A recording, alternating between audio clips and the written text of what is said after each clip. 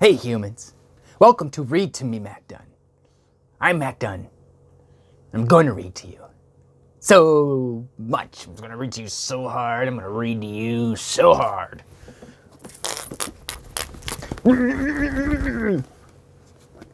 Trying to show more energy. Is it working? Do you feel my energy? I'm going to read this book so good. Part 3, Chapter 20. Are you then safe? And Elizabeth and Ernest? Frankenstein was probably saying to the father.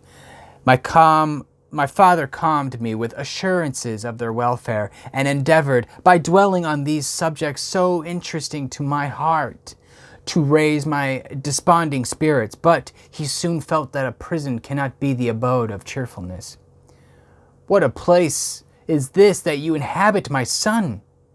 Said he, looking mournfully at the barred windows and wretched appearance of this room. You traveled to seek happiness, but a fatality seemed to pursue you. And poor Clerval. The name of my unfortunate and murdered friend was an agitation too great to be endured in my weak state. I shed tears. That's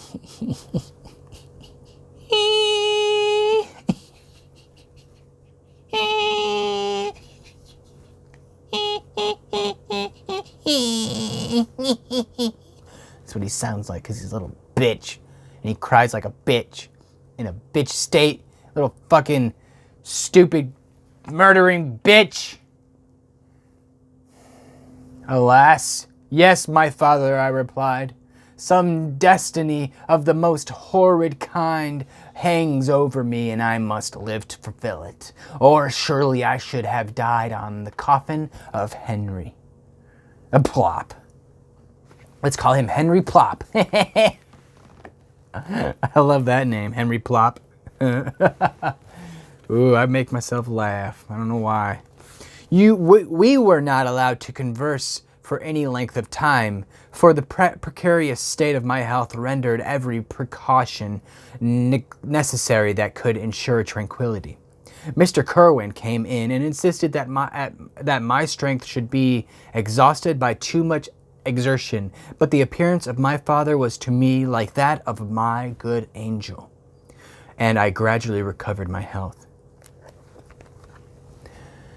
As my sickness quitted me, I was absorbed by a gloomy and black melancholy that nothing could dissipate. The image of Clerval was forever before me, ghastly and murdered. More than once the agitation into which these reflections threw me made my friends dread a dangerous relapse. Did that make sense to you? Alas! Why did they preserve so miserable a detest a life? It was surely that I might fulfill my destiny, which is now drawing to a close. Soon, oh, very soon, will death extinguish these throbbings and relieve me the mighty weight of anguish that bears me to the dust. And in executing the award of justice, I shall sink to rest. Then the appearance of death was distant, although the wish was ever present to my thoughts, and I often sat for hours motionless and speechless, wishing for some mighty revolution that might bury me and my destroyer in its ruins.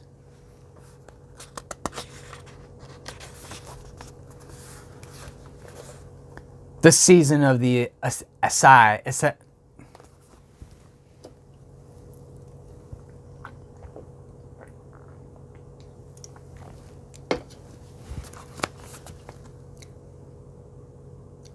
The season of the assizes approached. Assizes. ASSIZES.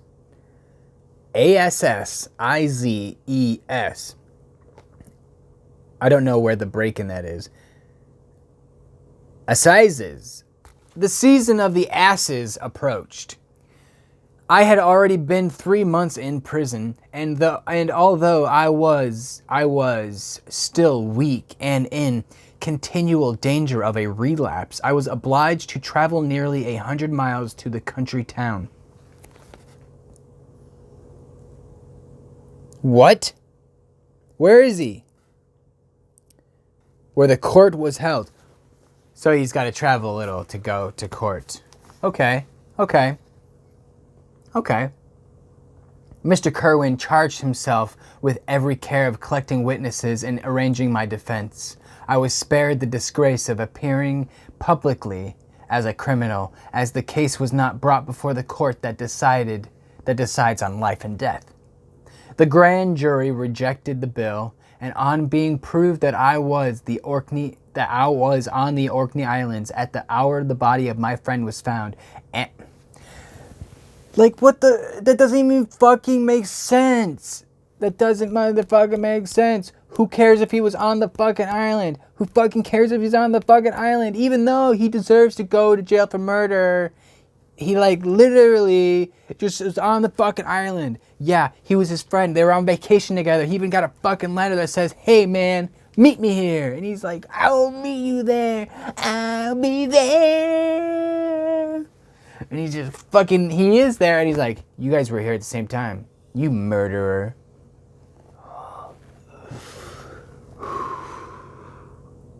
Just angers me. The grand jury rejected the bill. And a fortnight after my removal, I was liberated from prison. My father was enraptured on finding me freed from the vexations of a criminal charge. Oh, so he was a nude. That I was again allowed to breathe the fresh atmosphere and allowed to return to my native country. I did not participate in these feelings.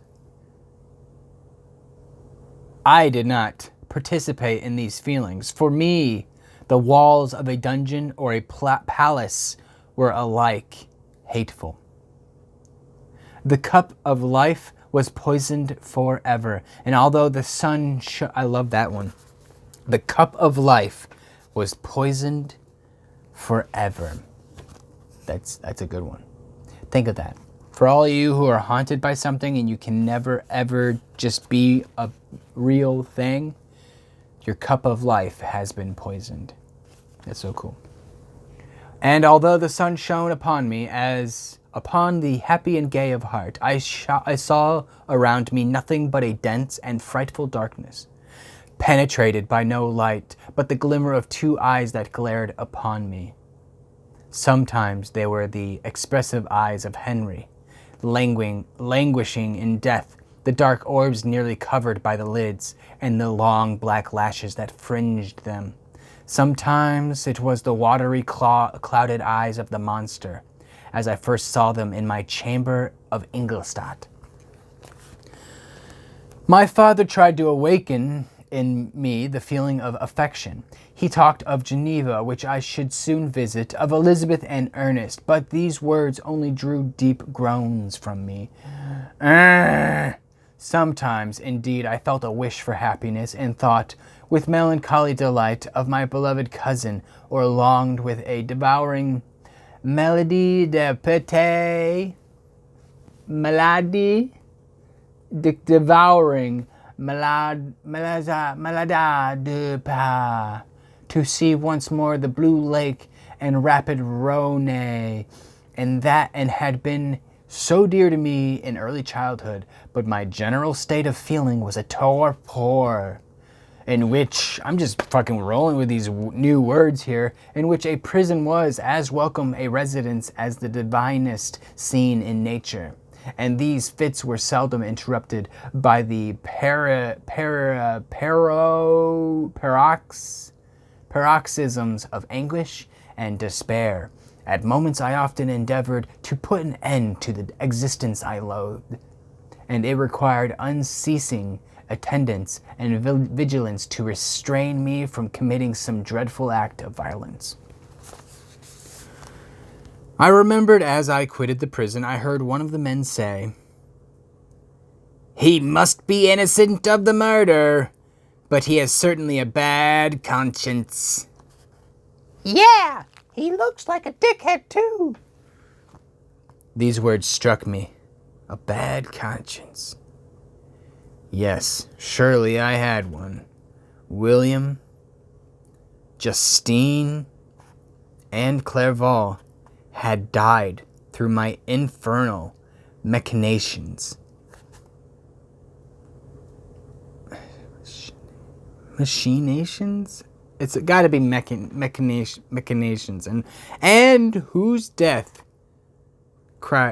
Oh, so he's like, and then he's like, yeah? And whose death, cried I, is to finish the tragedy? Ah, my father, do not remain in this wretched country. Take me where I may forget myself, my existence in all the world.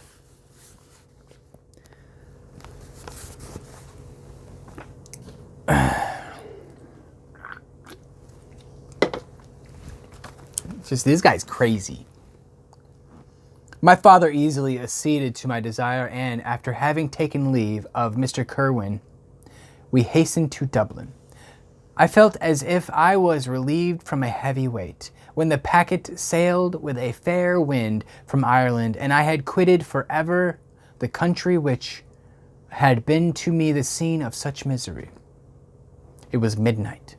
My father slept in the cabin, and I lay on the deck, looking at the stars and listening to the dashing of the waves. I hailed the darkness that shut Ireland from my sight, and my pulse beat with a feverish joy when I reflected I should soon see Geneva. The past appeared to me in the light of a frightful dream.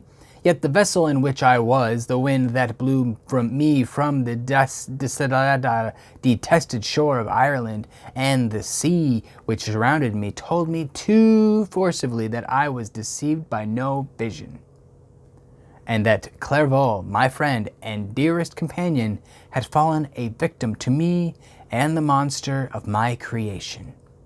I repassed in my memory my whole life, my quiet happiness while residing with my family in Geneva, the death of my mother, and my departure for Ingolstadt. I remember shuddering at the mad enthusiasm that hurried me on the creation of my hideous enemy, and I called to mind the night during which he first lived. I was unable to pursue the train of thought. 1,000 feelings pressed upon me, and I wept bitterly. Ever since my recovery from the fever, I had been in the custom of taking every night a small quantity of laudanum, for it was by means of this drug only that I was enabled to gain the rest necessary for the preservation of life. Oppressed by the recollection of my various misfortunes, I now took a double dose and soon slept profoundly. But sleep did not afford me respite from thought and misery. My dreams presented 1,000 objects that scared me. Towards morning I was possessed by a kind of nightmare. I felt the fiend's grasp on my neck and could not free myself from it. Groans and cries rung in my ear. My father, who was watching over me, perceiving my restlessness, awoke me and pointed to the port of Holyhead, which we were now entering. Well, that was chapter 20. Shall we stretch again? Oh, yeah. Oh, Jesus. Oh, golly. Getting it. Oh, my God. Just stretch. Come on. Let's stretch, people. Oh, what the fuck? Yes. Oh, why does this feel so good? And you're just sitting in your chair. Oh, anyway, that was the end of chapter 20. Oh, yeah. Jeepers creepers. I need some yoga or something. Ooh, that feel good. If you wish for me to keep reading some more books and stuff, I guess, check out some more of my videos. Give me a thumbs up, like it. subscribe. Excuse me. Enjoy the burps. I got them all day. Write some comments if you'd like. And yeah, I'll see you tomorrow. Bye.